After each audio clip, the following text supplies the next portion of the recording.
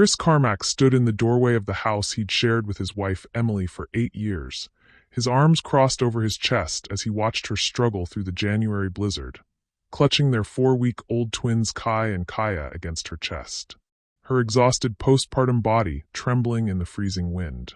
The joint bank account he'd drained that morning, every last dollar of their $22,000 savings, now sat safely transferred to his name only, ready to fund his engagement party to Kelly next month.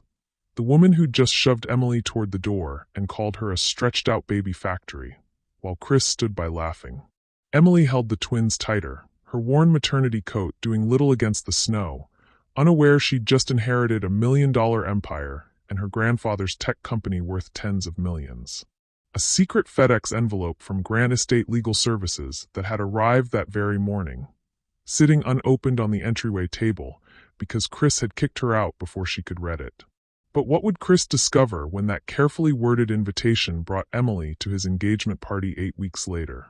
What would happen when the woman he'd thrown into the blizzard with their newborn twins appeared at his celebration with Kelly, transformed, powerful, and ready to deliver a reckoning that would obliterate both their lives forever? Would the mistress who'd shoved her still be smiling when she learned the truth about the $50 million empire Emily had just inherited? And what revenge had the discarded wife been planning in those 8 weeks that would make Chris wish he'd never laid eyes on Kelly Wellington? Hello, my beautiful family. Welcome back. Before we dive into Emily's incredible story, I have a small but heartfelt request. Please subscribe. Your support is what keeps these stories alive. Every time you click that like button, you are helping us share voices that would otherwise be forgotten and stories that deserve to be heard. And in the comments, please tell us the city or country where you are watching from, because together, we are not just sharing stories, we are keeping hope alive. Now let's begin. Emily's hands trembled as she held 4-week-old Kai and Kaya against her chest, trying to shield the twins from the January wind that cut through her thin coat like knives. Behind her, the front door of the modest colonial house slammed shut with a finality that echoed through the quiet suburban street. She heard Chris's voice through the wood, already on the phone with Kelly, his tone light and celebratory, discussing engagement party venues as if he hadn't just thrown his wife and newborn twins out into a blizzard. She remembered when they'd bought this house 6 years ago. Chris had carried her over the threshold, both of them laughing, young and full of dreams. She'd been fit then, before the stress of supporting his career had taken its toll, before the twin pregnancy had added 55 pounds to her frame. Pounds that hadn't had time to come off before Chris had started bringing Kelly around, introducing her as his colleague from the firm, his voice just a bit too animated when he said her name. The snow was falling harder now, coating Emily's dark hair with white flakes. Kai stirred against her chest, his small face scrunching up in distress. Kaya began to cry, her tiny wail joining her brother's whimpers. Emily adjusted the blanket around her babies with numb fingers, her mind still reeling from the events of the past hour. It had started that morning when Chris had come down to breakfast with divorce papers in hand. No warning, no conversation, just papers slapped on the kitchen table next to her cold coffee. Emily had stared at them in shock, the twins fussing in their double bassinet nearby. And when she'd looked up at Chris with questions forming on her lips, Kelly had walked out of the master bedroom upstairs wearing Chris's shirt and a smirk. The humiliation had burned through Emily like acid. 8 years of marriage, for weeks since giving birth to his children, and he'd already moved his mistress into their home. But the worst had come when Emily tried to speak, tried to understand what was happening, and Kelly had walked right up to her and shoved her toward the door while she held the twins. Chris had laughed. That sound would haunt Emily forever. Her husband's laughter as another woman pushed her, called her worthless, while she held their infant son and daughter against her chest. Emily Grant Carmack sat at the kitchen table, her hands wrapped around a cup of coffee that had gone cold an hour ago. For weeks since she'd given birth to Kai and Kaya, and she still felt like she was moving through fog. The twins slept fitfully in their double bassinet by the window, their small chests rising and falling in uneven rhythm. Emily's body ached, her breasts heavy and tender, her abdomen still soft and tender, her eyes burning from another sleepless night. She heard Chris's footsteps on the stairs and felt a flutter of hope. Maybe today he'd help with the morning feeding. Maybe today he'd look at his children with something other than resentment. Chris walked into the kitchen carrying a manila folder. He didn't say good morning. He didn't ask how she'd slept or whether the twins had been up all night again. He simply slapped the folder down on the table next to her oatmeal, the sound sharp enough to make Kai stir in his bassinet. Emily stared at the folder, her tired brain struggling to process what she was seeing. The tab read Dissolution of Marriage. What is this? Her voice came out hoarse, barely above a whisper. Divorce papers, Chris said flatly, pouring himself coffee. I need you to sign them. Emily's hands began to shake. Chris, what are you? We just had the babies. I don't understand. You don't need to understand. You just need to sign. Kaya started crying, her small wail cutting through the tension. Emily stood automatically, her body moving on muscle memory even as her mind reeled. She lifted her daughter from the bassinet, cradling her against her chest, and that's when she heard the bedroom door open upstairs. Kelly Wellington descended the stairs wearing Chris's burgundy robe, the one Emily had given him for Christmas 3 years ago. Her blonde hair was artfully tousled, her makeup already perfect despite the early hour. She smiled when she saw Emily's face, and that smile held nothing but malicious satisfaction. Morning, Kelly said brightly, walking past Emily to pour herself coffee from the pot Chris had just made. She used Emily's favorite mug, the one that said World's Best Mom, that Emily's grandfather had given her when she'd announced her pregnancy. Emily felt something crack inside her chest. You brought her here? Into our home. While the babies are. The babies are why I'm doing this, Chris interrupted, his tone matter of fact. I can't do this, Emily. I thought I could, but I can't. The crying, the diapers, you always exhausted, always covered in spit up. This isn't the life I wanted.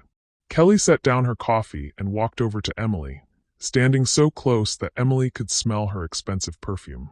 Let's be honest, Kelly said, her voice dripping with false sympathy. You let yourself go. Look at you, stretched out baby factory, used up wife. Chris deserves someone who takes care of herself. Emily stepped back, clutching Kaya tighter. Get away from me. Or what? Kelly laughed, and then she shoved Emily's shoulder. Not hard enough to make her fall, but hard enough to make her stumble backward while holding her daughter. Kelly, don't, Emily gasped, but Chris just watched, his arms crossed over his chest. You have 30 minutes to pack your things, Chris said. Take what you can carry. The rest stays here. Emily's mind was spinning, trying to catch up. Chris, please. Where am I supposed to go? The babies need. That's not my problem anymore. He pulled out his phone, tapping at the screen. There. Done. What did you do? Transferred the money from our joint account into my name. All of it. $22,000. He looked up at her with cold eyes. You're not going to bleed me dry in some divorce settlement, Emily. That money is for my future now. The words hit her like physical blows. $22,000. Their entire savings.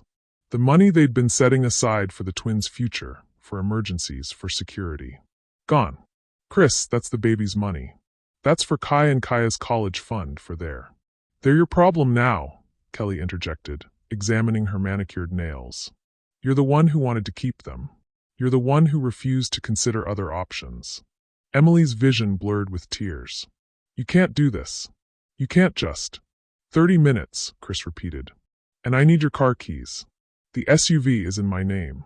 But I need the car for the twins. The car seats are already. Should have thought about that before you let yourself become this. He gestured vaguely at her body, her stained shirt, her sweatpants that were the only things that fit her postpartum frame. Keys. Now. Kai started crying in his bassinet, his wails joining his sister's. Emily felt something inside her shatter and rebuild simultaneously. She handed Kaya to no, she couldn't leave her. She couldn't leave either of them. She laid Kaya back in the bassinet next to her brother and turned to face Chris. Please, she whispered. Please don't do this. I'll lose weight, I'll try harder, I'll. Kelly laughed. Oh my God, how pathetic.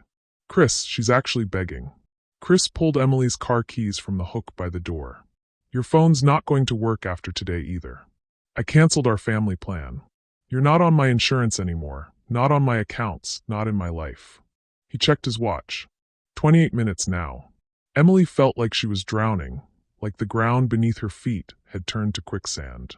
She looked at the FedEx envelope on the entryway table. It had arrived that morning, something from her grandfather's estate lawyers. She'd meant to open it, but the twins had been fussy, and she'd been so tired, and now. "Move," Kelly said, following Emily as she stumbled toward the stairs. Emily packed in a daze, throwing clothes into a duffel bag while Kelly stood in the doorway making comments. "Do you really need 3 pairs of sweatpants? Oh, who am I kidding? You probably live in those now. Maybe leave the maternity clothes, Emily. You're not pregnant anymore, even if you still look it. Chris and I are redecorating this room, by the way. Getting rid of all your sad, frumpy energy." 29 minutes later, Emily stood at the front door with a diaper bag over one shoulder, a duffel bag over the other, Kai in her left arm and Kaya in her right. The January wind howled outside. Snow had started falling thick and fast. "Wait," she tried one more time. "Chris, it's a blizzard out there. Just let me stay until." "Get out," he said, opening the door. The wind rushed in, stealing the warmth from the house. "You have nothing here anymore. You are nothing here anymore." Emily stepped into the cold, and the door slammed behind her with such force that both twins startled and began screaming. She heard Chris's voice through the wood, already on the phone. "Kelly, baby, let's look at that venue you liked for the party." Emily's phone buzzed in her pocket. One last notification before the service cut off. A text from an unknown number. She managed to pull it out with numb fingers, balancing both babies against her chest. The photo showed Chris and Kelly kissing in Emily's kitchen, Kelly's hand extended to show off an engagement ring. The message below read, "Enjoy poverty with your baggage. Face blowing kiss."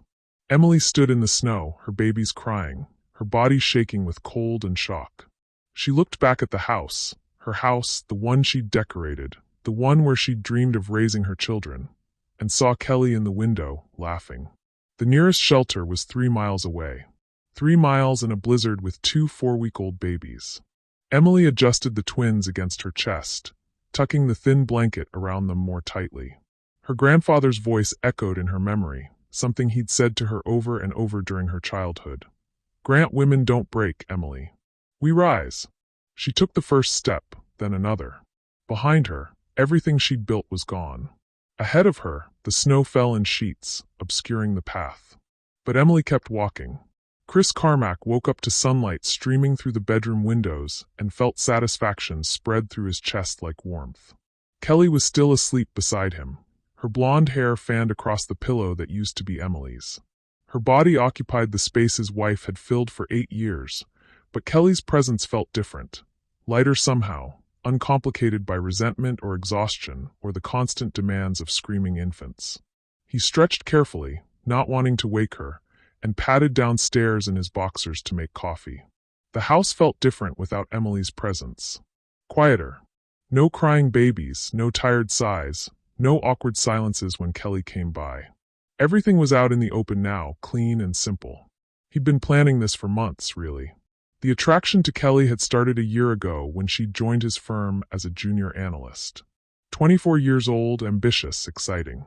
She'd made 32-year-old Chris feel young again, made him remember who he'd been before marriage and mortgage payments, and the suffocating weight of responsibility had tied him down. Emily's pregnancy had been the beginning of the end. She'd gained 55 pounds carrying the twins, and after the birth, she'd looked even worse. Stretch marks like road maps across her stomach, perpetually exhausted, always in stained sweatpants, smelling of spit-up and breast milk.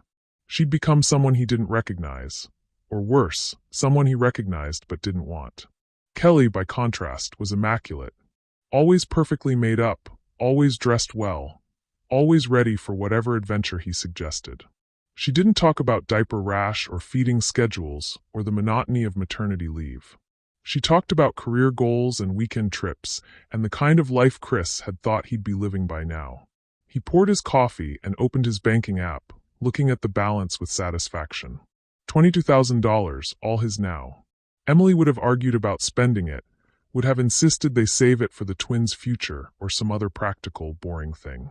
But Kelly understood that life was meant to be lived, that experiences mattered more than savings accounts. He heard rustling and looked up to see Kelly descending the stairs, wearing one of his t-shirts and looking like something from a magazine ad. She smiled at him, that dazzling smile that had first caught his attention across a conference room table, and crossed the kitchen to kiss him. "Good morning, future fiancé," she purred, taking his coffee cup and drinking from it. "Sleep well." "Better than I have in months," Chris admitted. It was true. No crying babies in the next room, no Emily shifting restlessly beside him all night, radiating guilt and resentment in equal measure. Just Kelly, soft and warm and uncomplicated. Kelly set down the coffee and wrapped her arms around his waist. "I've been thinking about the engagement party. I want it to be perfect, something everyone will remember." "Yeah." Chris raised his eyebrows. "What did you have in mind?" "The waterfront estate," Kelly said, her eyes lighting up. "It just became available for private events. Floor-to-ceiling windows, views of the harbor, capacity for 150 guests. 150? Chris felt the first flutter of anxiety. "That's a lot of people." "It's our celebration," Kelly said, pouting slightly. "Don't you want everyone to see how happy we are? Don't you want to show the world that you made the right choice?" Chris thought about the $22,000. It would cover the venue deposit and maybe catering, but probably not much else. Still, he could put some on credit cards, maybe take out a small personal loan. His salary was decent, and without Emily's expenses to worry about, no diapers, no formula, no babysitters, he'd have more flexibility. "Okay," he said, kissing her forehead. "The waterfront estate it is." Kelly squealed and hugged him tighter. "And I saw the most incredible dress. It's $5,000, but Chris, it's a custom design, and I'll look absolutely stunning. Plus we need a champagne tower, and I found this amazing live jazz band." "Let's look at everything together," Chris interrupted, his anxiety growing. $5,000 for a dress?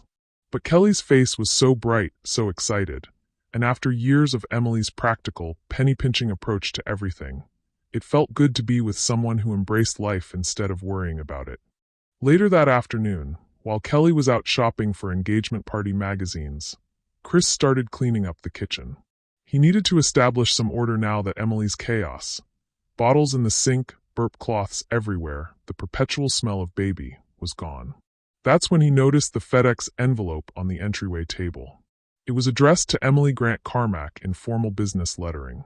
The return address read Grant Estate Legal Services, with a law firm's address in Manhattan. The postmark was from 2 days ago. Curious, Chris picked it up. It felt important somehow, official. Emily had mentioned that her grandfather had died 8 months ago, some tech guy she'd been close to as a kid. Chris had skipped the funeral, claiming he had to work, though really he'd been meeting Kelly for drinks that weekend. He opened the envelope. The letter inside was brief and formal, typed on expensive letterhead. "Dear Mrs. Carmack, this letter serves as urgent notification that you are the primary beneficiary of the estate of James Alexander Grant, deceased. Please contact our office immediately to discuss the distribution of assets valued at $1.7 million, plus business holdings requiring time-sensitive attention. As sole heir, you must claim these assets within 90 days, or they will be distributed according to secondary provisions. Your immediate response is required. Sincerely, Robert Chun, Senior Partner, Grant Estate Legal Services." Chris read it 3 times, his heart beginning to pound. $1.7 million. Emily's grandfather had left her $1.7 million, plus business holdings. His hands shaking, Chris pulled out his phone and Googled James Alexander Grant. The first result made his stomach drop through the floor. James Grant, founder of Grant Technologies, dies at 76. Chris clicked on the article with trembling fingers. It was from 8 months ago, an obituary from the business section of the Times. James Alexander Grant, founder and former CEO of Grant Technologies, passed away suddenly of a heart attack on March 15th. Grant founded the company in 1989, pioneering innovations in industrial automation software. The company went public in 2019 and is currently valued at approximately $48 million. Grant is survived by his granddaughter, Emily Grant Carmack, who inherits his controlling 51% stake in the company. Chris's vision blurred. He searched frantically for more information. Grant Technologies was real, publicly traded, worth $48 million. And Emily, fat, exhausted, pathetic Emily who he'd thrown out into a blizzard yesterday, owned controlling shares. 51% of 48 million was... Chris couldn't even do the math. 24 million? 25? Plus the $1.7 million cash estate? His phone slipped from his numb fingers and clattered on the counter. He'd thrown out a woman worth potentially $50 million. He'd stolen her $22,000 in savings. He'd laughed while his mistress shoved her toward the door with their newborn twins in her arms. Chris grabbed his phone and dialed the number on the law firm's letterhead with shaking hands. It rang 4 times before someone answered. Grant Estate Legal Services, how may I direct your call? Yes, I'm calling about the James Grant estate. My name is Chris Carmack, and I was Emily Grant Carmack's husband. One moment, please. There was a pause, then a man's voice came on the line. This is Robert Chin. How can I help you, Mr. Carmack? I need to know about my wife's inheritance. Emily Carmack. I need to know the details of. I'm sorry, Mr. Carmack, but I can only discuss estate matters with the named beneficiary. Is Mrs. Carmack available? No, we're separated. But I'm still legally her husband, so I should have access to. I'm afraid that's not how estate law works, sir. Only Mrs. Carmack herself can access information about her inheritance. If she wishes to discuss it with you, that's her choice, but we cannot disclose details to anyone else. But I need to know, how much is it worth? What exactly did she inherit? I cannot discuss that with you, Mr. Carmack. I suggest you speak with your wife directly. Have a good day. The line went dead. Chris stared at his phone, his mind racing. Emily had walked out into that blizzard yesterday with no idea she was one of the wealthiest women in the state. She had no clue that her grandfather had left her a fortune, that she owned a tech company, that she had access to tens of millions of dollars. And he'd just made himself her enemy. He'd stolen her money. He'd humiliated her. He'd thrown her out with their infant children. He'd laughed while Kelly abused her. No, he said aloud to the empty kitchen. No, no, no.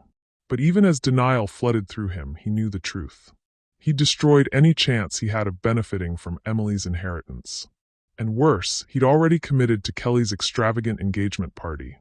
A party he now couldn't afford, funded by money he'd stolen from a woman worth $50 million. His phone buzzed. A text from Kelly. Found the perfect centerpieces. Only $3,000 for all the tables. Isn't that amazing? Chris looked at the message, then at the letter from the law firm, then at his banking app showing the $22,000 that suddenly seemed microscopic. He'd made the biggest mistake of his life, and there was no way to undo it. The 8 weeks following Emily's departure became a slow-motion nightmare that Chris couldn't escape. What had started as liberation had transformed into a trap closing around him, one expensive decision at a time. Chris, look at these. Kelly burst through the front door carrying another stack of magazines, her eyes bright with excitement. Ice sculptures. We absolutely need one for the entrance. Maybe 2, one of our initials intertwined, and one shaped like champagne bottles. The company said they can do it for $3,500. Chris looked up from his laptop where he'd been reviewing their budget for the 7th time that week. The numbers never improved no matter how many times he rearranged them. Kelly, that's a lot for ice that's going to melt. Her face fell immediately, that practiced pout that made Chris feel like the villain. You don't want our party to be special? Of course I do, but nothing. This is our one chance to show everyone what we have together, Chris. Don't you want people to see that leaving your old life was worth it? The phrase old life stuck in Chris's throat. His old life was currently worth approximately $50 million, but he couldn't tell Kelly that. Every time he thought about Emily's inheritance, his chest tightened with panic, so severe he thought he might be having a heart attack. Fine, he said, returning to his laptop. Order the ice sculptures. Kelly squealed and kissed his cheek, already pulling out her phone to call the vendor. Chris opened another browser tab and checked his bank balance. The $22,000 from Emily's account was down to $8,000. Kelly's little details were adding up faster than he'd anticipated. The engagement party had become a monster with an insatiable appetite. First, it was the waterfront estate venue at $12,000. Then Kelly's $5,000 custom dress. Then the designer invitations at $1,800. Then the champagne tower at $4,500. Then the live jazz band at $6,000. Then the premium open bar. Then the designer centerpieces. then the professional photographer and videographer. Then the party favors, custom crystal champagne flutes with their names etched in gold, $60 each for 150 guests. Chris had started small, putting a few thousand on his Visa. Then his MasterCard. Then his American Express. When those maxed out, he'd gone to his parents. "Son, $15,000 is a significant amount," his father had said over the phone, concern evident in his voice. "What's this investment opportunity?" "Tech startup," Chris had lied smoothly. "Ground floor opportunity. Kelly's brother knows the founders." Kelly didn't have a brother, but his parents didn't know that. The money had arrived in his account within 2 days, and Chris had felt simultaneous relief and shame. The relief lasted exactly 1 week before Kelly found a lighting designer who could transform the waterfront estate into an absolute dream for only $7,000. When the credit cards and parental loan weren't enough, Chris had taken out a personal loan from his bank. $10,000 at 18% interest. The loan officer had looked at his debt-to-income ratio with barely concealed concern, but Chris had smiled and signed the papers. Now, 8 weeks into planning, his total debt was approaching $45,000. For one party. One single evening that would last 4 hours.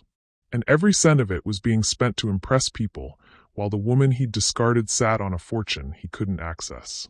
Chris had tried to find Emily in those first few days after discovering the inheritance.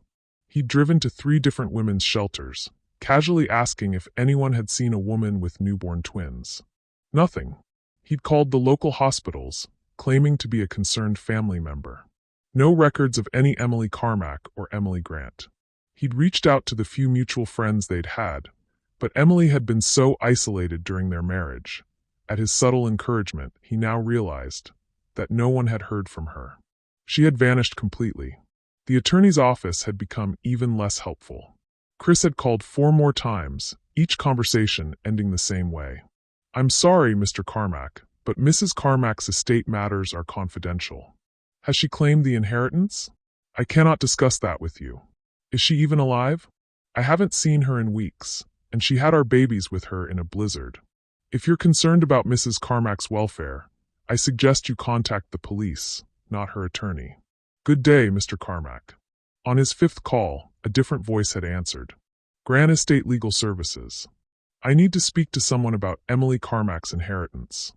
Mrs. Carmack's estate has been fully distributed as of 3 weeks ago.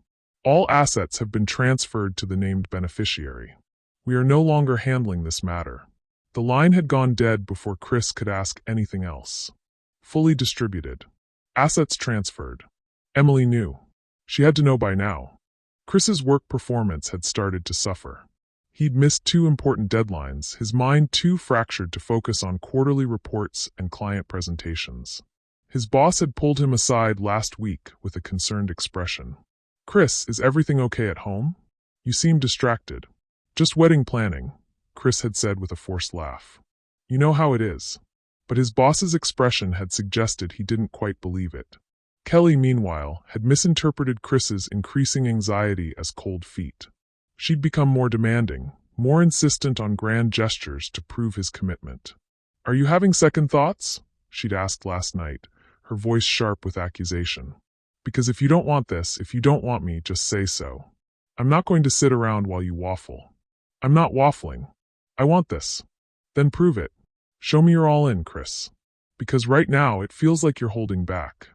So he'd agreed to the upgraded floral arrangements. For $1,000 for roses and orchids that would die within days. Kelly had posted about it immediately on Instagram. "My amazing fiancé keeps outdoing himself. Can't wait to celebrate with everyone.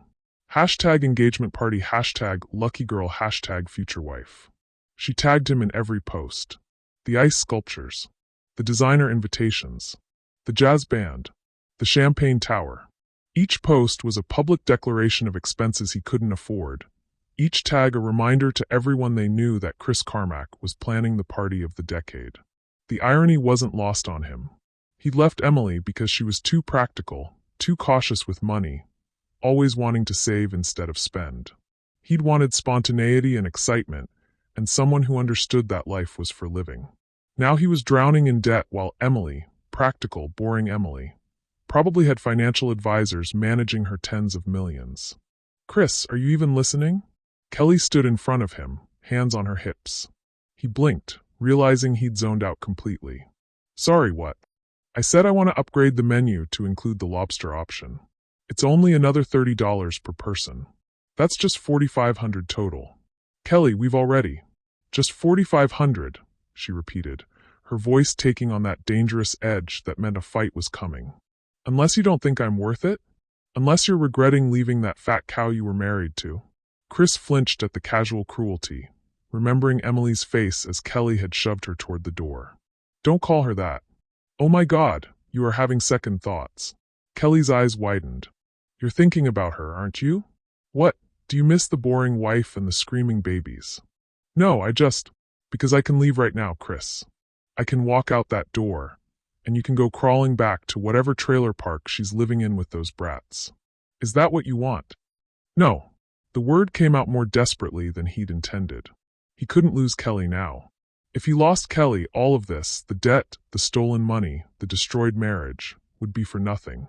I want you. I want the party. Order the lobster. Kelly's expression softened immediately. That's what I thought. She kissed him lightly. You won't regret this, baby. Our party is going to be legendary. After she left to meet her friends for drinks, Chris sat alone in the house that used to feel spacious, but now felt like a prison. He pulled up his banking app one more time, looking at the numbers that kept getting worse. Debt, $44,850 available credit. $0 next credit card payment.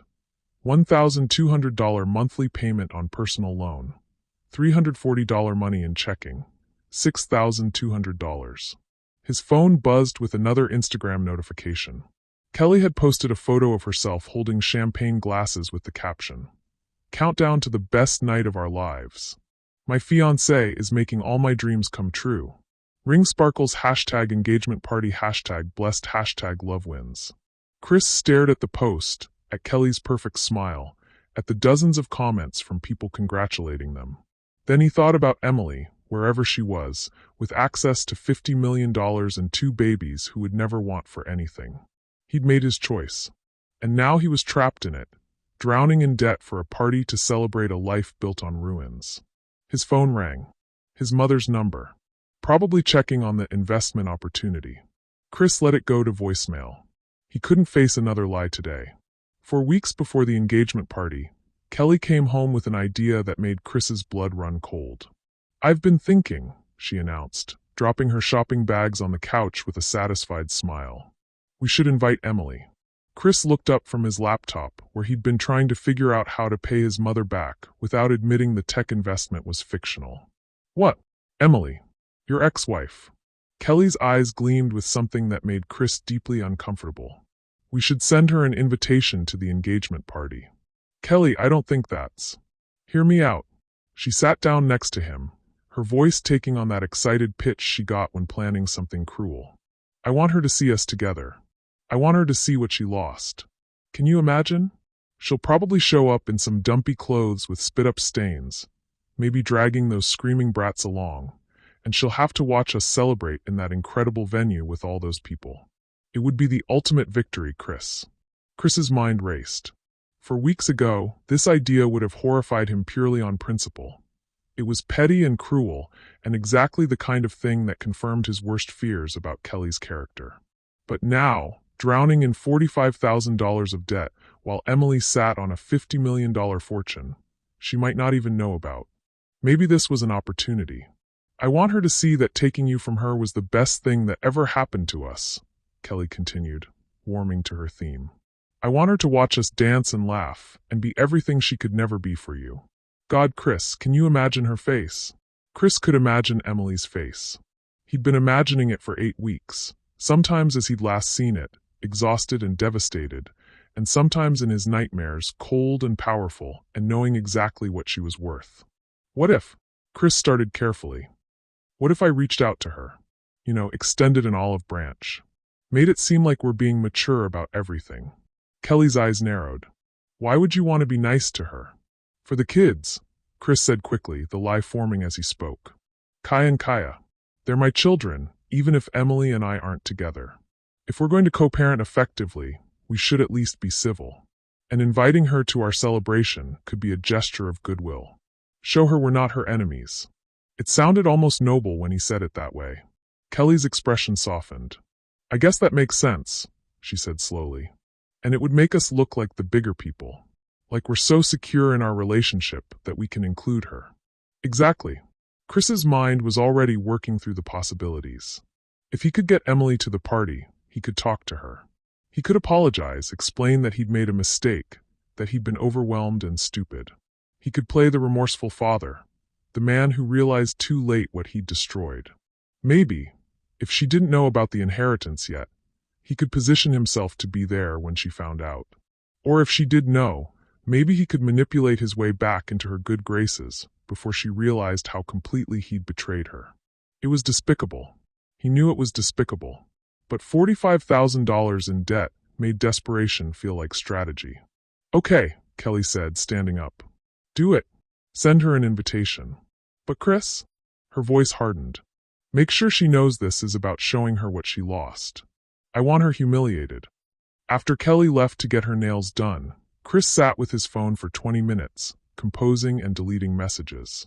He needed the tone exactly right, apologetic but not groveling, mature but not cold, caring enough to seem genuine but not so caring that it raised Kelly's suspicions.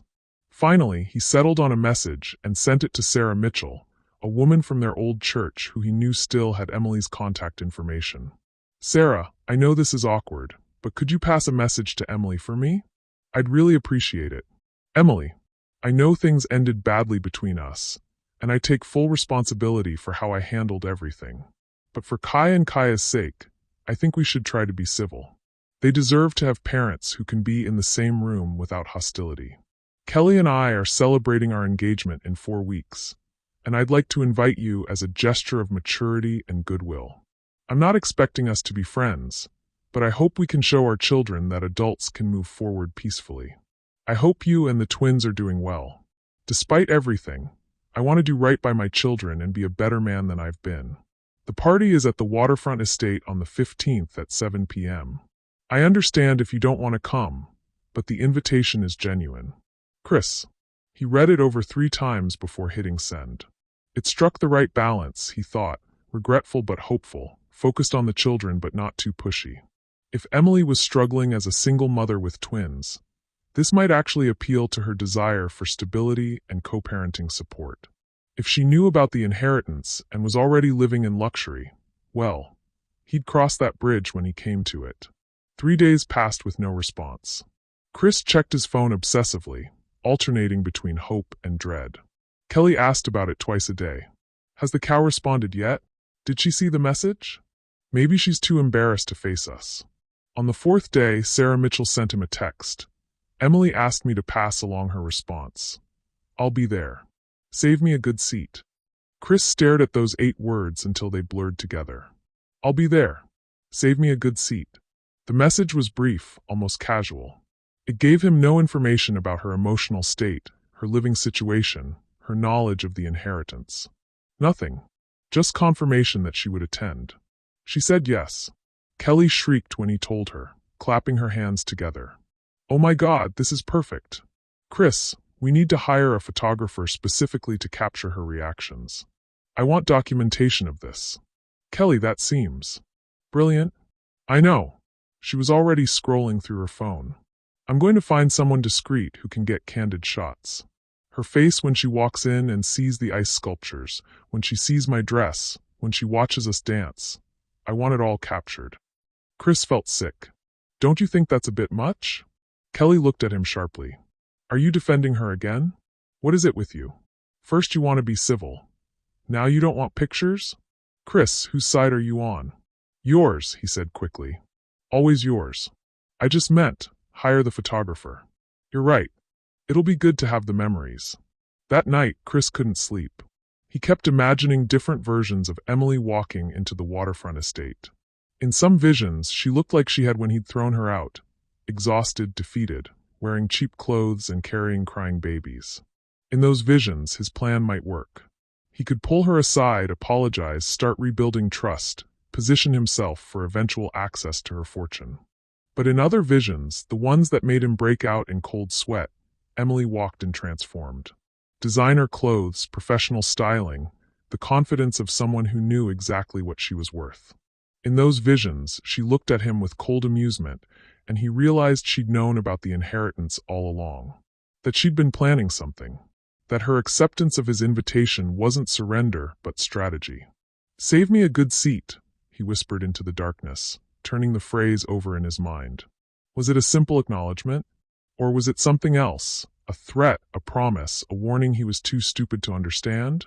Beside him, Kelly slept peacefully, probably dreaming of Emily's humiliation and the perfect party that was now costing more than Chris made in a year. His phone lit up with a notification. Another Instagram post from Kelly. "Special surprise guest at our engagement party." Sometimes the classiest thing you can do is extend grace to those less fortunate. Hashtag be the change, hashtag mature adults, hashtag moving forward. The post had 30 likes already. Chris's coworker had commented, "You guys are so evolved." Chris turned off his phone and stared at the ceiling. For weeks until the party. For weeks until he'd see Emily again and discover whether he'd made a clever strategic move or the stupidest decision of his life. The nightmares started that week. In them, Emily walked into the waterfront estate wearing diamonds and a smile that promised destruction. She'd look at him across the champagne tower and ice sculptures and designer centerpieces he'd gone $45,000 into debt to provide, and she'd laugh. Chris would wake up gasping, Kelly stirring beside him in irritation. "You're being weird," she complained after the third night of his restless sleep. "It's just a party, Chris. Stop being so dramatic." Just a party, he thought. Just $45,000. Just the woman I destroyed who might be worth $50 million. Just a message that said, "Save me a good seat," that could mean absolutely nothing or absolutely everything. "You're right," he told Kelly. "I'm being dramatic." But he increased the party insurance anyway, maxing out what little credit he had left. Something about Emily's response made him feel like he needed protection, though he couldn't articulate what he was protecting himself from. For weeks. 28 days until he found out whether he'd outsmarted his ex-wife or walked directly into a trap. The day arrived with perfect weather, crisp and clear, the kind of March evening that made the waterfront estate's floor-to-ceiling windows worth every cent of the $12,000 venue fee. Chris stood in the main ballroom watching the final preparations, his custom tuxedo feeling like it was strangling him despite the professional tailoring that had cost $2,500. Everything was white. White roses cascading from crystal vases. White orchids suspended in arrangements that looked like they were floating. White linens on tables positioned with geometric precision. White lights strung across the ceiling like stars. The ice sculpture near the entrance gleamed under strategic spotlights. His and Kelly's initials intertwined in frozen perfection that had cost $3,500 and would be water by midnight. The champagne tower stood 6 levels high, ready to be filled in front of guests for dramatic effect. The jazz band was doing sound checks, their instruments gleaming.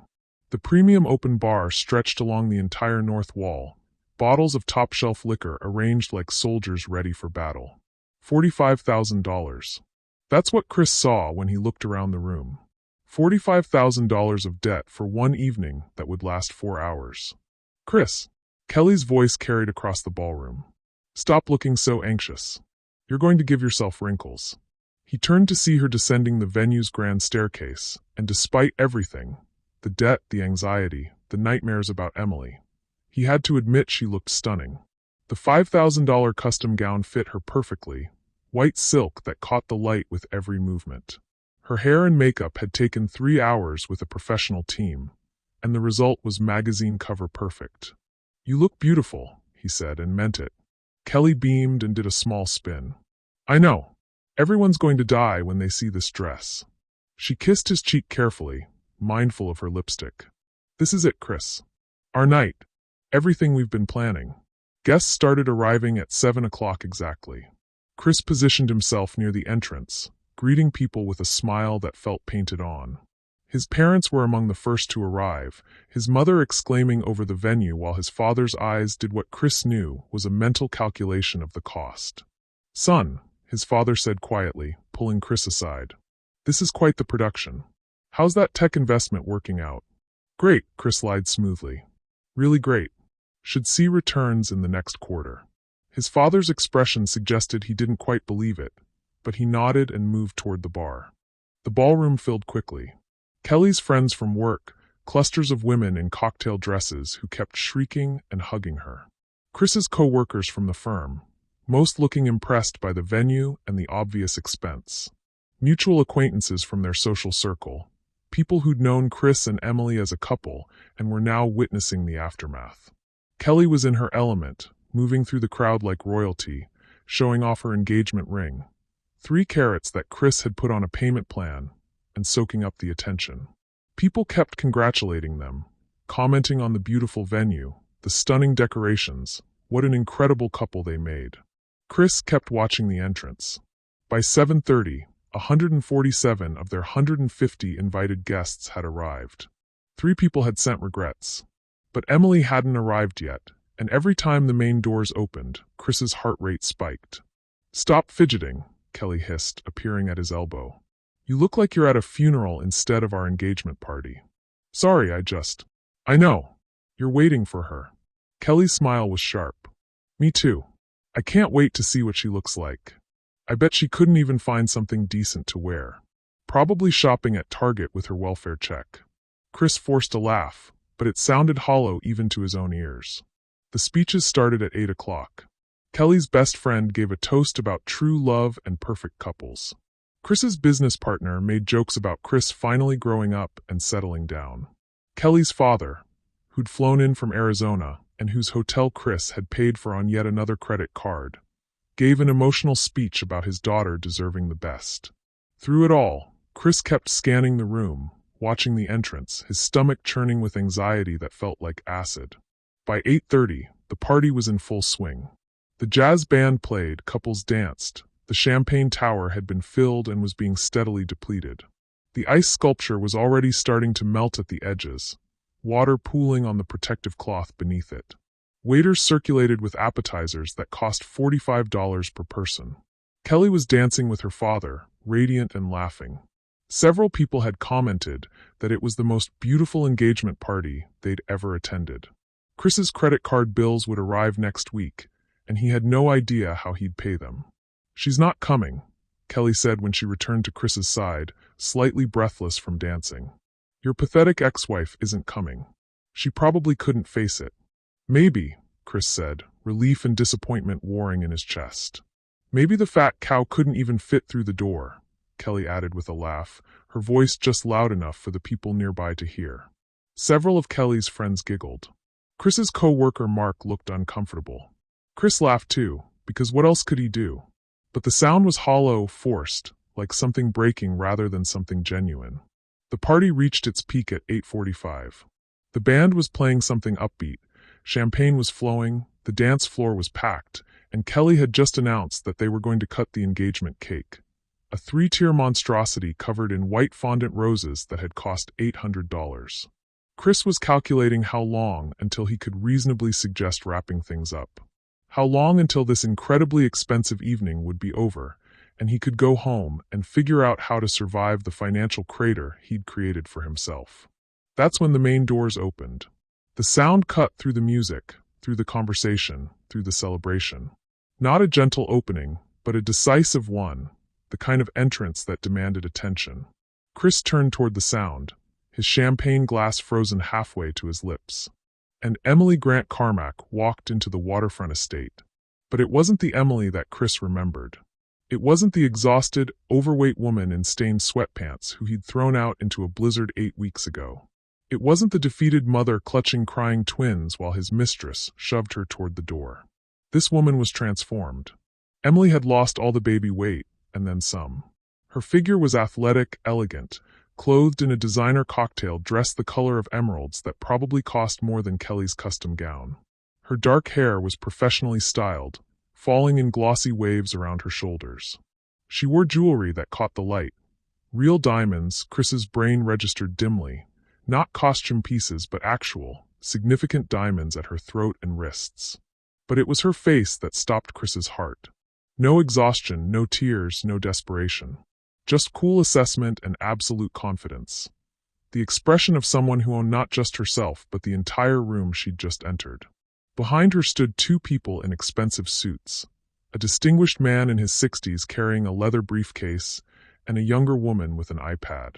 Security personnel were visible in the background, professional and alert. The music faltered. Conversations died. Every head in the ballroom turned. Kelly's champagne flute slipped from her fingers and shattered on the marble floor.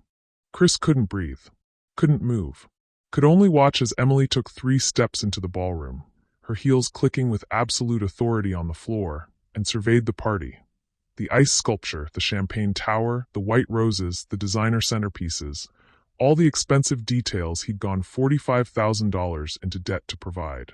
Emily's eyes found his across the crowded room. She smiled, and it was the most terrifying expression Chris had ever seen. "Thank you for the invitation, Chris," Emily said, her voice carrying clearly through the stunned silence. "I'm so glad I could make it to your celebration." She paused, letting the tension build, every guest frozen and watching. "Because I have some news to share with everyone here." The transformation was total. Emily Grant Carmack moved through the Waterfront Estate's grand entrance with the kind of confidence that made people instinctively step back and give her space. The emerald green cocktail dress she wore wasn't just expensive. It was the kind of expensive that whispered rather than shouted, the kind that made Kelly's $5,000 custom gown look like it was trying too hard. The fabric moved with Emily like water, tailored so perfectly it could only have been custom-made by someone who charged 5 figures and had a waiting list. But it wasn't the dress that made Chris's vision tunnel and his blood drain toward his feet. It was everything else. Emily's body had transformed completely. The 55 pounds of baby weight were gone, replaced by an athletic build that suggested personal trainers and nutritionists, and the kind of self-care that required both time and money. Her skin glowed with health. Her dark hair fell in glossy, professional waves that framed her face. A face that Chris barely recognized because it held none of the exhaustion or defeat he'd last seen there. The diamonds at her throat and wrists caught the light from the chandeliers. Real diamonds, Chris could tell from across the room.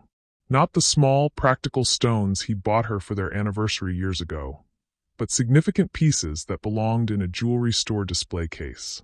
Her handbag was Hermes. Her shoes were Louboutin, the red soles flashing with each confident step. But it was her posture, her bearing, that completed the transformation.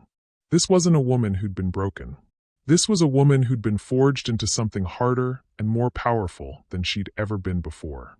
The 2 people flanking her radiated professional authority. The man was in his 60s, distinguished looking in a suit that probably cost more than Chris's tuxedo, carrying a leather briefcase with the casual confidence of someone who billed $800 an hour. The woman was younger, maybe 40, impeccably dressed with an iPad in her hands and the alert expression of a high-level corporate advisor. Behind them, Chris could see security personnel. Not obvious, not aggressive, but unmistakably present. Professional protection for someone who needed it. The entire ballroom had gone silent. The jazz band's music faltered and died. Conversations cut off mid-sentence. Champagne glasses froze halfway to lips. Every head turned toward the entrance, toward the woman who'd just walked in and commanded attention without saying a word. Kelly stood 5 feet away from Chris, her mouth slightly open, her champagne flute tilting dangerously in her hand. She'd been mid-laugh when Emily entered, and now her face was frozen in an expression of confusion and dawning horror. Chris tried to breathe and couldn't. His chest felt like someone had wrapped steel bands around it and was tightening them systematically. He'd spent 8 weeks imagining this moment, hoping Emily would show up defeated so he could manipulate her, fearing she'd show up powerful and destroy him. But even his worst nightmares hadn't prepared him for this version of his ex-wife. Emily took another step into the ballroom, her heels clicking on the marble floor with a sound like a countdown. She surveyed the room with cool, professional assessment, taking in the ice sculpture of Chris and Kelly's intertwined initials, the 6-tier champagne tower, the white roses and orchids, the designer centerpieces, the crystal chandeliers, the floor-to-ceiling windows overlooking the harbor. Her expression showed no emotion. No anger, no sadness, no vindictiveness. Just evaluation, like she was calculating the value of everything she saw and finding it interesting. The distinguished man with the briefcase leaned toward her and murmured something. Emily nodded slightly, then continued forward, moving through the crowd that parted before her like water around a stone. Chris's co-workers stared. Kelly's friends whispered to each other, hands cupped over mouths. His parents stood near the bar, his mother's hand pressed to her chest in shock, his father's eyes narrowed in calculation. Emily walked directly toward Chris and Kelly, her path unwavering. The corporate advisor and attorney followed at a respectful distance, close enough to be present, but far enough to let Emily take center stage. Kelly finally found her voice as Emily approached. "What are you? How did you?" But her words died as Emily stopped 3 feet away from them, close enough to speak without shouting, far enough to maintain the power dynamic she'd established from the moment she entered. This close, Chris could see the details he'd missed from across the room. Emily's makeup was professionally applied but subtle, enhancing rather than masking. Her nails were manicured, simple and elegant. The diamonds at her throat were part of a matched set with her earrings and bracelet, probably worth more than Chris made in 6 months. But it was her eyes that made Chris's hands start trembling. They held none of the warmth he remembered, none of the vulnerability he'd exploited during their marriage. They were cool, assessing, controlled. The eyes of someone who knew exactly what they were worth and exactly what damage they could do. Emily smiled then, and it was a terrible thing. Not cruel, not angry, but absolutely confident. The smile of someone holding all the cards and enjoying the moment before revealing them. "Thank you for the invitation, Chris," she said, her voice carrying clearly through the silent ballroom. 150 guests held their breath, listening. "I'm so glad I could make it to your celebration."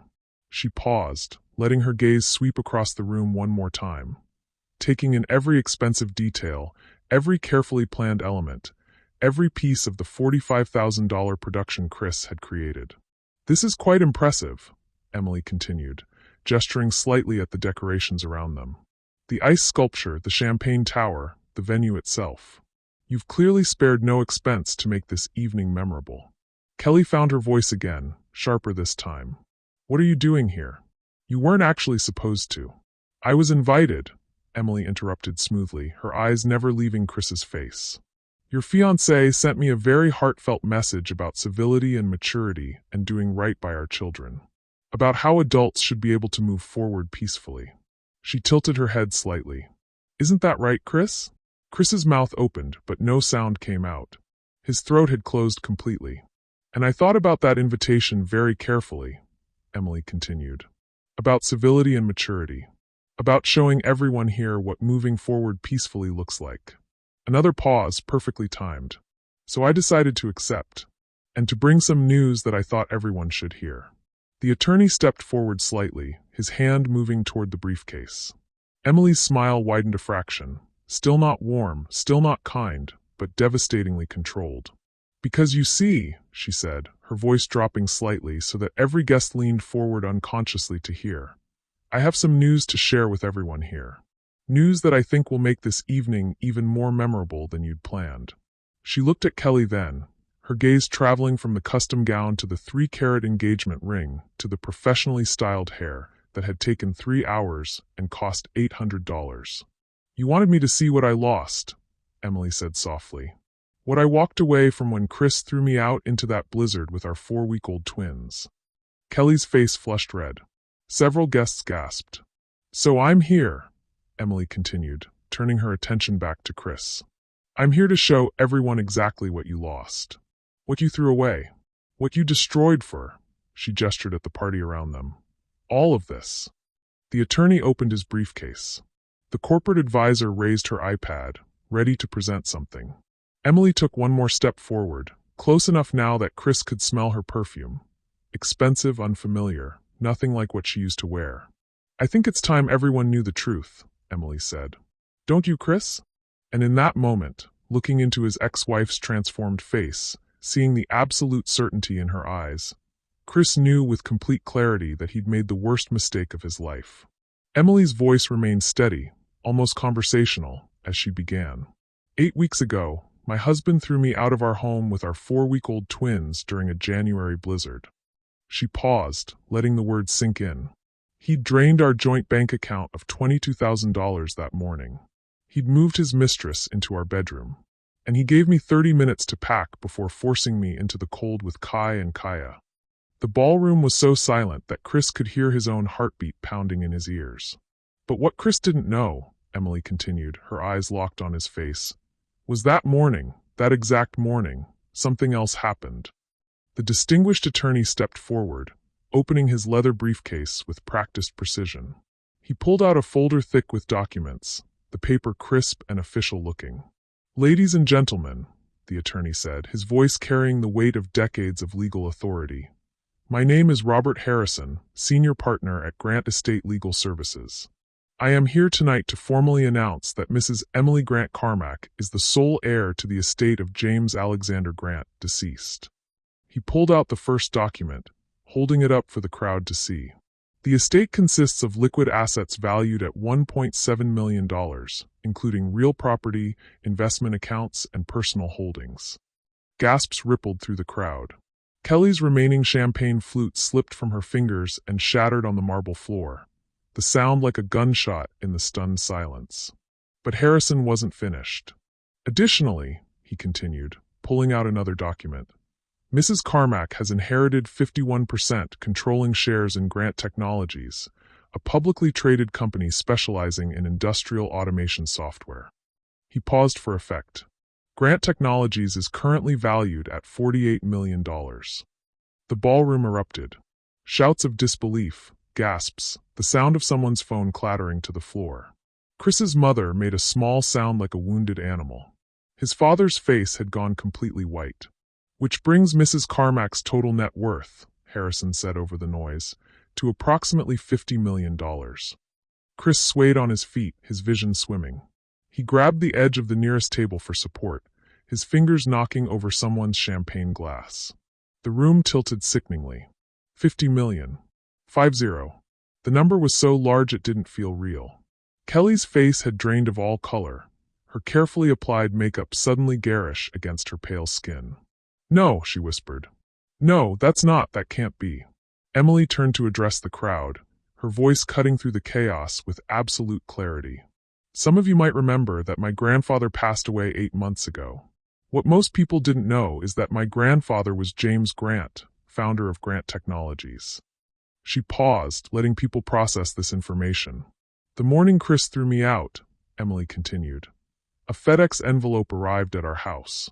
Chris left it sitting unopened on the entryway table."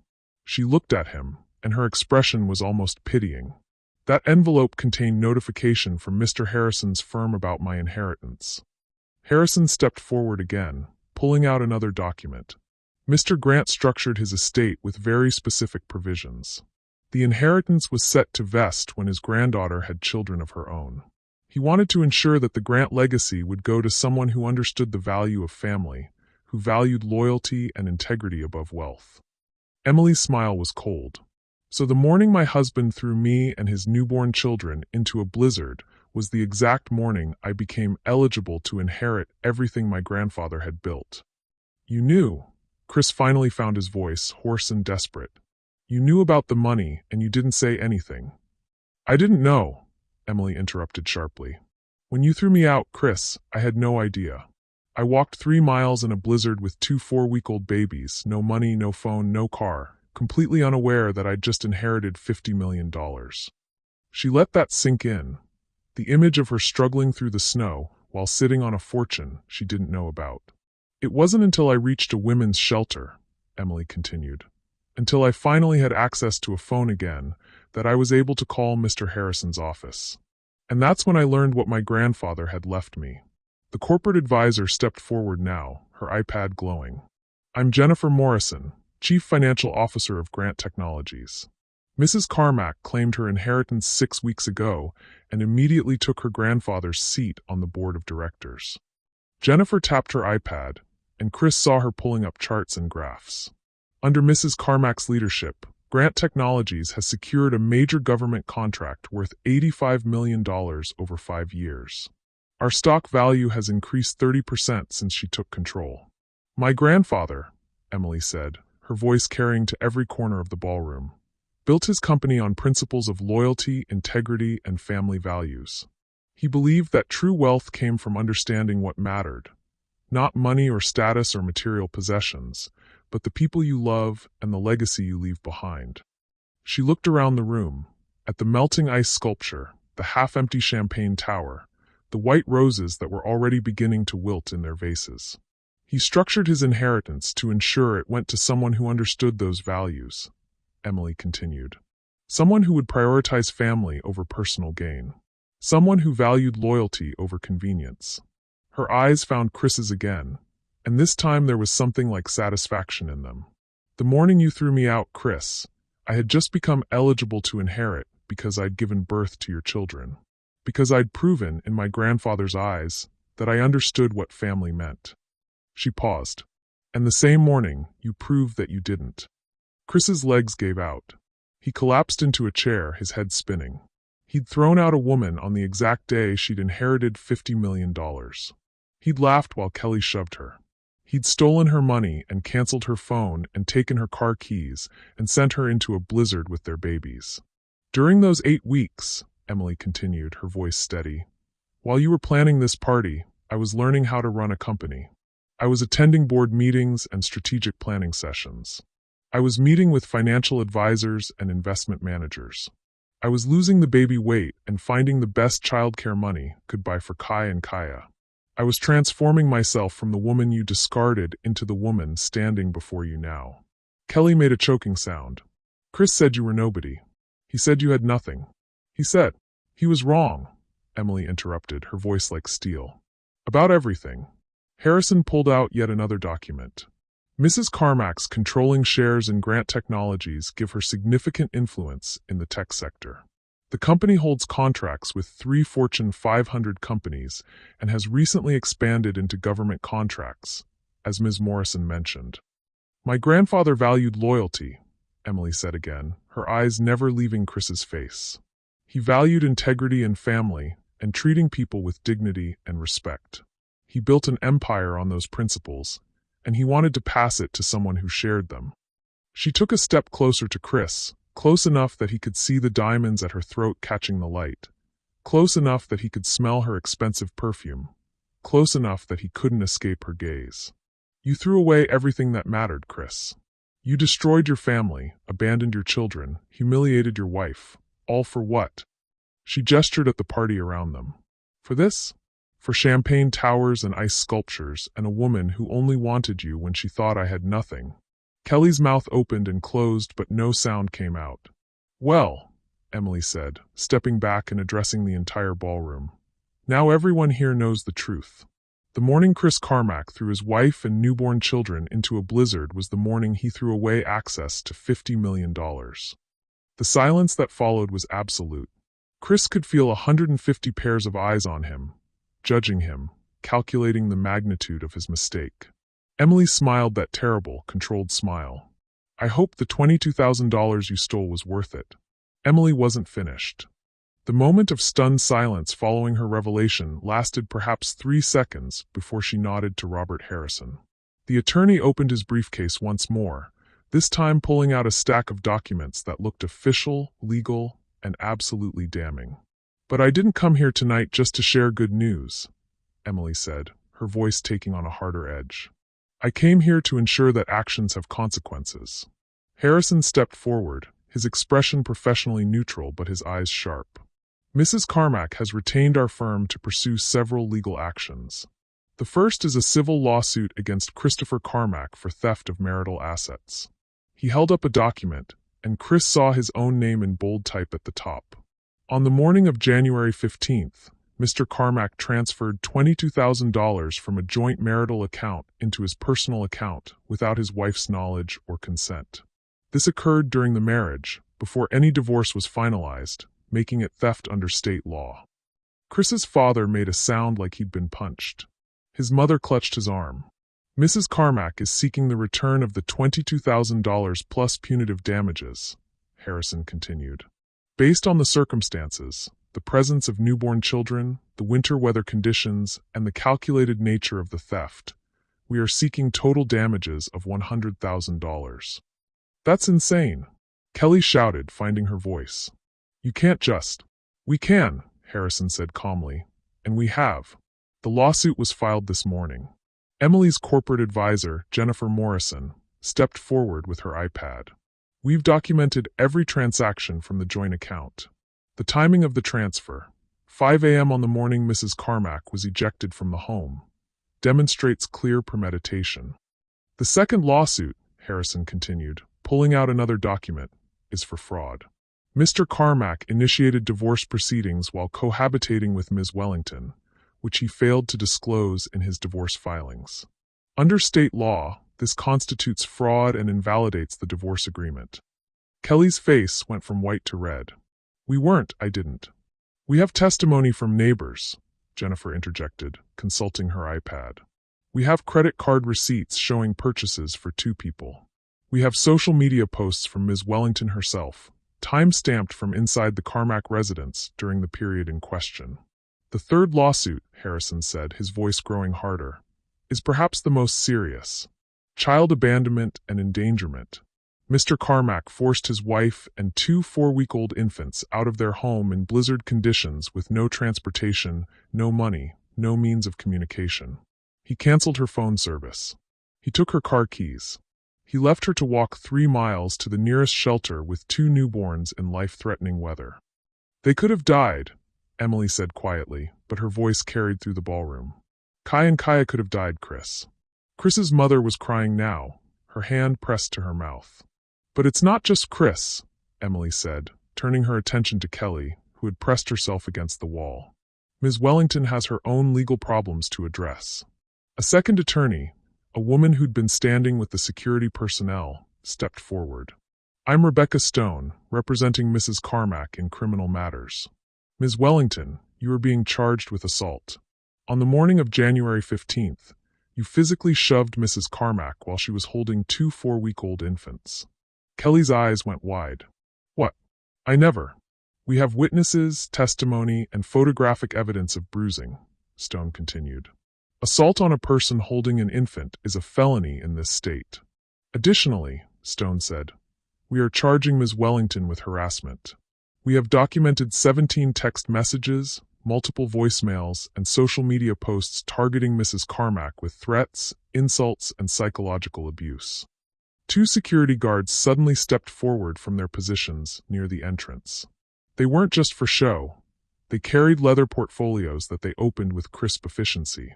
Christopher Carmack, the first guard said, approaching Chris with a document. You are hereby served with legal notification of civil lawsuit filed by Emily Grant Carmack. Chris's hands shook as the papers were pressed into them. The guard stepped back, his job complete. Kelly Wellington, the second guard said, moving toward Kelly. You are hereby served with legal notification of criminal charges and civil lawsuit filed by Emily Grant Carmack. Kelly tried to back away, but there was nowhere to go. The papers were placed in her hands, official and undeniable. Her champagne-stained fingers left marks on the white pages. The entire ballroom watched in horrified fascination as Chris and Kelly stood there holding the legal documents that would destroy their lives. But the lawsuits are just the beginning, Emily said, and her voice held something like satisfaction now. You see, over the past 8 weeks, I've been busy, learning about my grandfather's business, understanding the full scope of Grant Technologies' holdings and influence. Jennifer Morrison pulled up an image on her iPad, and suddenly a corporate organizational chart appeared projected on the wall behind Emily. Chris hadn't even noticed the projector being set up. Grant Technologies doesn't just make software, Emily continued, walking toward the projection. We hold controlling stakes in several companies, including, she pointed to a specific box on the chart, Meridian Financial Group. Chris's vision tunneled. Meridian Financial Group, the parent company of his employer.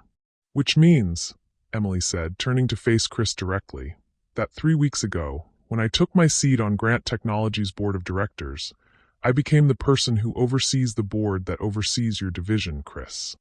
The room erupted in whispers. Chris's co-workers were staring at him in horror.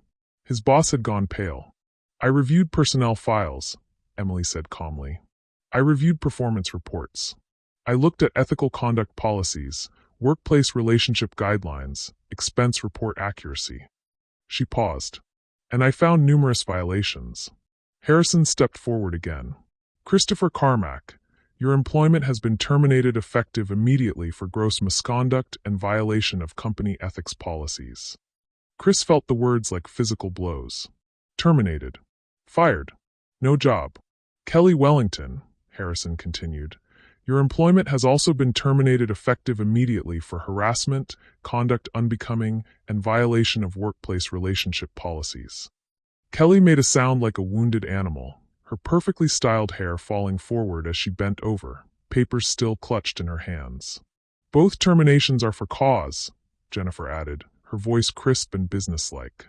Which means no severance packages, no references, and notations in industry databases that will make finding similar employment extremely difficult. Grant Technologies has significant influence in the financial sector, Emily said. Our contracts with major corporations, our government partnerships, our industry connections, they matter.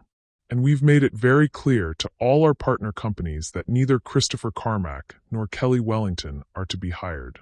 You're both effectively blacklisted. Chris's legs gave out. He collapsed into the nearest chair, the lawsuit papers falling from his numb fingers. There's something else I should mention, Emily said, and now there was definite satisfaction in her voice. This venue, the waterfront estate. She gestured at the elegant ballroom around them. The floor-to-ceiling windows, the crystal chandeliers, the marble floors.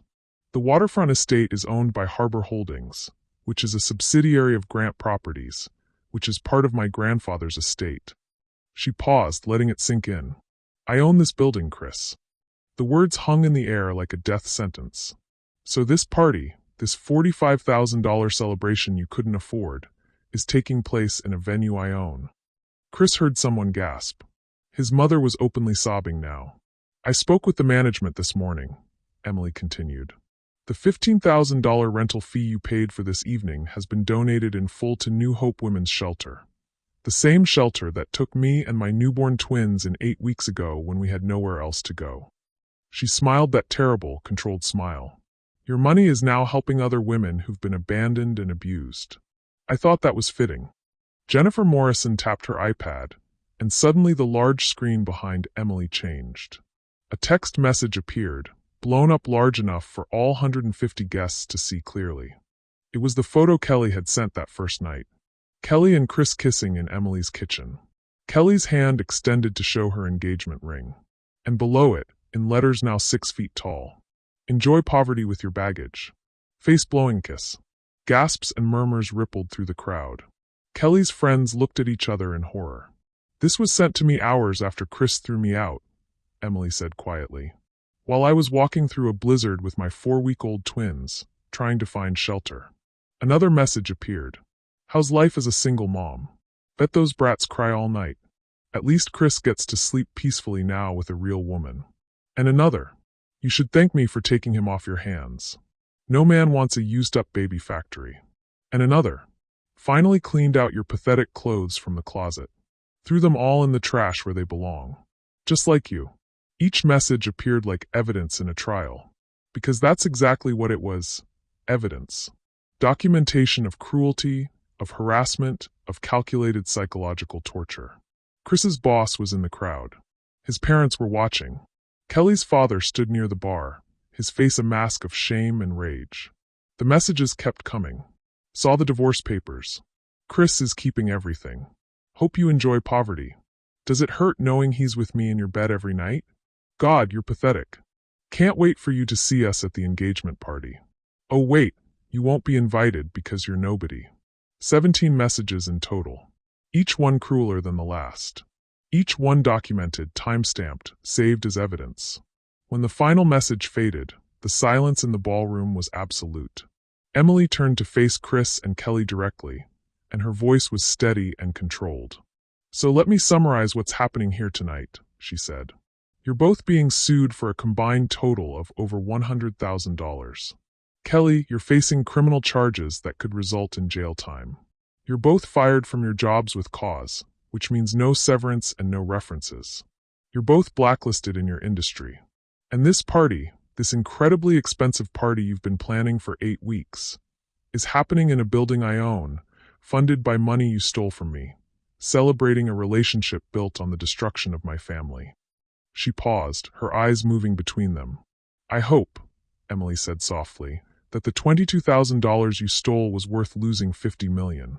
I hope every cruel word was worth your careers. I hope every laugh was worth what's coming next. Emily surveyed the ballroom one final time. The melting ice sculpture, the half-empty champagne tower, the wilting white roses, the 150 guests frozen in shock. Then she addressed them all with the calm authority of someone who'd already won.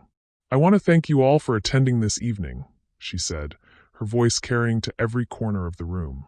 I hope you'll enjoy explaining to everyone why this celebration is ending early. Why the happy couple is being sued, facing criminal charges, and dealing with unemployment. She paused, letting her words sink in. Enjoy the lawsuits, Chris and Kelly. Enjoy explaining to potential employers why you were terminated for cause. Enjoy the criminal proceedings and the legal fees and the years of court dates ahead of you. Chris couldn't look up. His head was in his hands, his shoulders shaking. I hope, Emily said softly, but her voice still reached every ear, that the $22,000 you stole from me was worth losing access to $50 million. I hope every cruel word, every laugh, every moment of humiliation you inflicted was worth what's coming for you now. She turned toward the entrance, her heels clicking on the marble floor with absolute finality. Robert Harrison and Jennifer Morrison fell into step behind her, the security personnel moving to flank them. Emily had taken perhaps 5 steps when she paused and looked back over her shoulder. Oh, she said, as if she'd just remembered something. There's one more thing. Chris finally looked up, his face pale and streaked with sweat. This morning, Emily continued, I met with my financial advisors and established trust funds for Kai and Kaya. She let that hang in the air for a moment. $5 million each, she said. Managed by Grant Holdings, invested conservatively, completely untouchable until they turned 25. Chris's mother made a small, broken sound. My children will have every opportunity, every advantage, every protection that money can provide, Emily said. The best schools, the best healthcare, the best childcare. They'll want for nothing. They'll have security that most people can only dream of. She looked directly at Chris, and her expression was almost pitying. They'll never need you, Chris. They'll grow up knowing their father abandoned them when they were 4 weeks old. They'll know he chose a mistress and a party over their safety. And by the time they're old enough to understand, they won't want anything to do with you anyway. She paused. They'll never even remember you existed. Chris made a sound like something dying. Emily turned her attention to Kelly, who was pressed against the wall, mascara running in black rivers down her face, her $5,000 dress wrinkled and champagne-stained. And you, Emily said quietly, you'll never be able to forget what you lost by being cruel.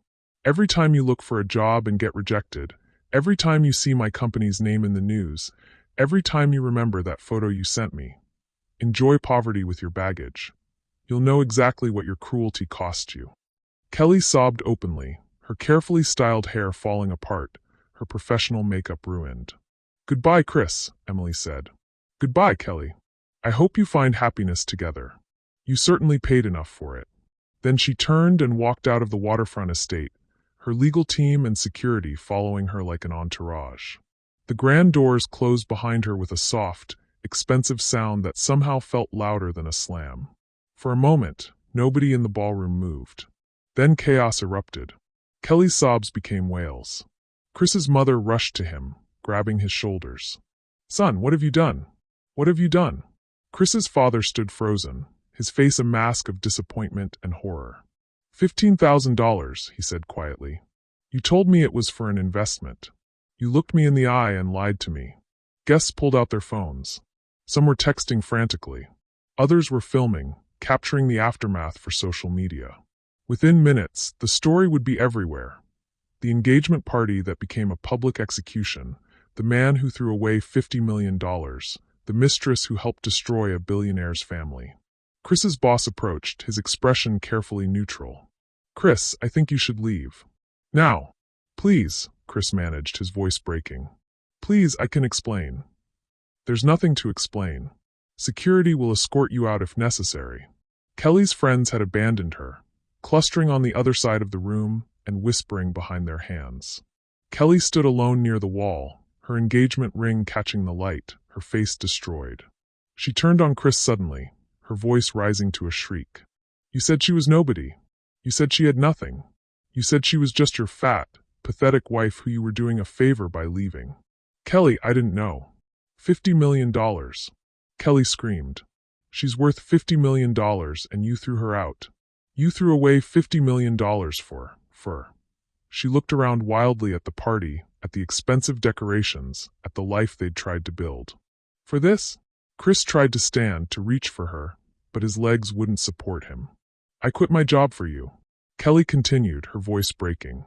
"I moved into your house. I helped you kick out your wife. And now I'm being charged with assault, I'm being sued, I'm blacklisted. And it's all your fault." She yanked the 3-carat engagement ring off her finger. The ring Chris had put on a payment plan he'd now never be able to finish, and threw it at him.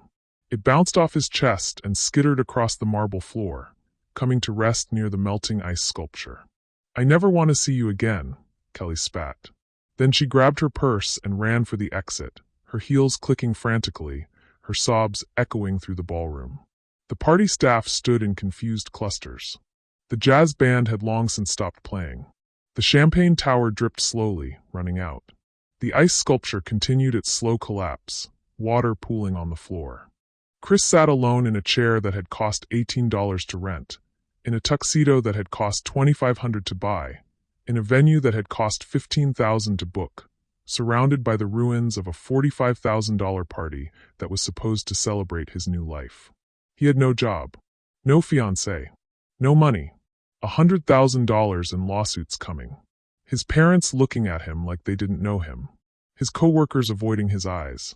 150 witnesses to his complete destruction.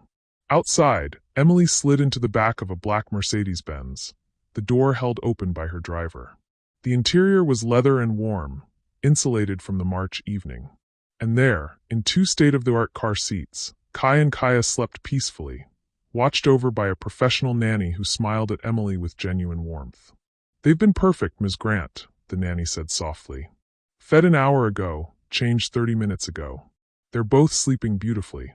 Emily looked at her 8-week-old twins, healthy, safe, warm, protected. Kaya had Chris's nose, she noticed with a pang. Kaya had her grandfather's chin. They were beautiful, perfect, and they would never remember the blizzard, the desperation, the night their father threw them away. Something settled in Emily's chest. Not quite peace, that would take time. But something close. Something like powerful satisfaction, like justice served, like the end of one chapter and the beginning of another. "Where to, Ms. Grant?" the driver asked, starting the engine. Emily considered. Not the old house in the suburbs. She'd sold that 2 weeks ago to a young family who'd promised to love it. Not her grandfather's home in Queens. Too many memories, too much grief mixed with the good. "The penthouse," she said. "Manhattan." She'd purchased it last week. 30th floor, floor-to-ceiling windows with views of the entire city, for bedrooms so the twins could each have their own space. A nursery that looked like something from a magazine. Security, amenities, and the kind of life she'd never imagined she'd live. As the Mercedes pulled away from the waterfront estate, Emily allowed herself a small smile. Through the window, she could see people streaming out of the venue, guests fleeing the disaster, documenting the scandal, spreading the story that would be all over social media by morning. She thought about the transformation.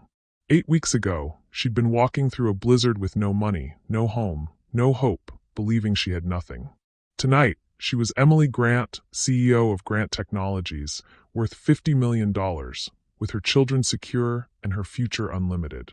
She thought about Chris and Kelly, about their relationship already imploding under the pressure of consequences, about the lawsuits and criminal charges and destroyed careers ahead of them, about how they'd built their happiness on the ruins of her life and discovered too late that ruins make for poor foundations.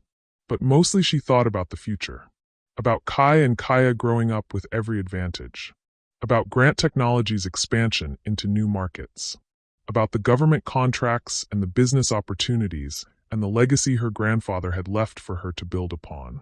"The exhausted mother Chris threw away is gone forever," Emily murmured, looking at her sleeping twins. In her place, Emily Grant, CEO, mother, survivor, victor. She reached over and gently adjusted Kaya's blanket, her fingers brushing her daughter's soft cheek. Your grandfather would be so proud, she whispered. He built an empire on loyalty and integrity and family values. And now I'm going to build on what he created. For you. For your brother. For every woman who's ever been thrown away and told she was worthless. The Mercedes merged onto the highway toward Manhattan, leaving the waterfront estate and its destroyed celebration behind. Emily leaned back in the leather seat and closed her eyes for just a moment. The best revenge, she'd learned, wasn't destroying the people who'd hurt you. It was building a life so powerful, so successful, so untouchable that they became irrelevant. Barely a memory, certainly not worth a second thought. She opened her eyes and looked at the city lights growing brighter as they approached Manhattan.